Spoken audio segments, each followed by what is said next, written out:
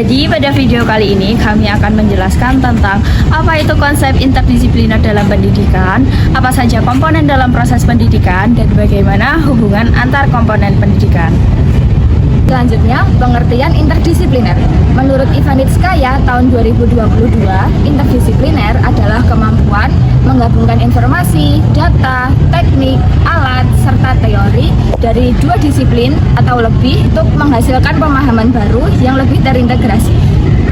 Selanjutnya, Klein tahun 1990 menyatakan interdisipliner adalah pendekatan yang mengintegrasikan pengetahuan, metode, dan perspektif dari berbagai disiplin ilmu untuk menjawab pertanyaan, memecahkan masalah, dan menciptakan pemahaman baru yang lebih komprehensif. Interdisipliner adalah pendekatan dalam penyelesaian suatu masalah dengan menggunakan tinjauan dari berbagai sudut pandang ilmu rumpun yang relevan secara teratur. Selanjutnya yaitu manfaat interdisipliner. Manfaat merupakan sesuatu yang dapat memberikan nilai positif bagi kita. Menurut Institut Sains dan Penelitian Carleton College, manfaat interdisipliner yaitu yang pertama, mereka dapat menjelajahi topik yang lebih luas. Yang kedua, mereka mampu memahami berbagai sudut pandang. Yang ketiga, mereka dapat menghasilkan pemikiran sekaligus opini berdasarkan ide pribadi. Yang keempat, mereka mampu mengintegrasikan pengetahuan lintas disiplin. Dan yang kelima, mereka sanggup menghadapi berbagai tantangan yang rumit. Kelebihan metode interdisipliner.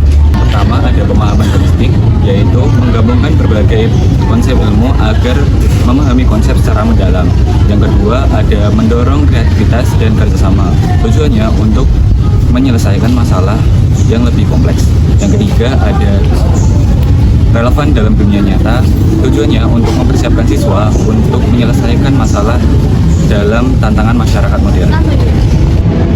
Selanjutnya, tantangan dalam interdisipliner.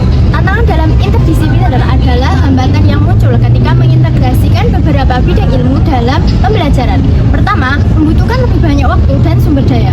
Dua, perlu koordinasi antar guru dalam bidang ilmu. Ketiga, penilaian yang kompleks dan menyeluruh. Metode merupakan sebuah cara yang digunakan untuk mencapai sebuah tujuan. Metode pendekatan interdisipliner sendiri terdiri dari tiga. Yang pertama, pengajaran tim. Pengajaran tim dapat dilakukan dengan dua guru mapel berbeda masuk dalam satu kelas secara bersamaan. Contohnya, guru mapel IPA dan juga guru seni budaya dan keterampilan.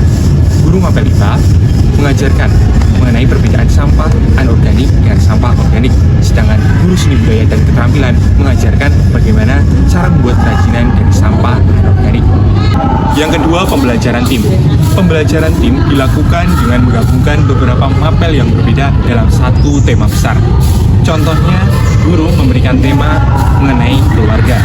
Nantinya peserta didik diberikan tugas untuk merangkai ataupun membuat karangan, dan ini termasuk dalam pembelajaran mapel bahasa Indonesia. Peserta didik dapat menganalisis jumlah keluarga, dan ini termasuk dalam pembelajaran matematika. Ataupun yang terakhir, peserta didik menganalisis mengenai tugas dan tanggung jawab setiap masing-masing anggota keluarga, dan ini termasuk dalam mapel pendidikan keluarga negaraan.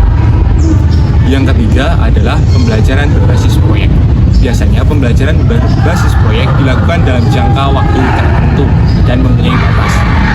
Contohnya, guru memberikan tugas kepada peserta didik untuk membuat taman mini di sekitar sekolahan. Nah, peserta didik diberi tugas untuk membawa botol bekas dan tanaman. Nantinya peserta didik mendapat tugas kembali untuk mengukur dan memantau mengenai pertumbuhan tanaman. Dan ini masuk dalam pembelajaran IPA matematika. Selanjutnya, komponen pendidikan. Komponen pendidikan merupakan bagian-bagian penting dalam sistem pendidikan. Komponen pendidikan diantaranya satu, pendidik. Pendidik merupakan tenaga profesional seperti guru, dosen, konselor, ataupun pamong yang berperan dalam proses pendidikan. Yang kedua, peserta didik. Peserta didik adalah anggota masyarakat yang mengembangkan potensi mereka lewat proses pendidikan. Yang ketiga, metode pembelajaran. Metode pendidikan atau pembelajaran merupakan cara yang digunakan untuk mencapai tujuan pendidikan. Yang keempat, materi pendidikan. Materi pendidikan merupakan segala sesuatu yang diberikan kepada peserta didik untuk mencapai tujuan pendidikan. 5. Lingkungan pendidikan. Lingkungan pendidikan adalah segala sesuatu yang ada di lingkungan manusia yang mengaruhi pertumbuhan dan perkembangan. 6. Alat atau media pendidikan. Alat atau media pendidikan adalah segala sesuatu yang digunakan dalam usaha untuk mencapai tujuan pendidikan. 7. Evaluasi pendidikan. Evaluasi pendidikan adalah pengumpulan data untuk mencari tahu seberapa jauh pencapaian pendidikan. 8. Tujuan pendidikan. Tujuan pendidikan adalah hasil yang ingin dicapai dari pembelajaran. Dan yang terakhir, kurikulum pendidikan. Kurikulum pendidikan adalah rancangan pendidikan yang berisi tujuan, rancangan dan cara belajar di sekolahan.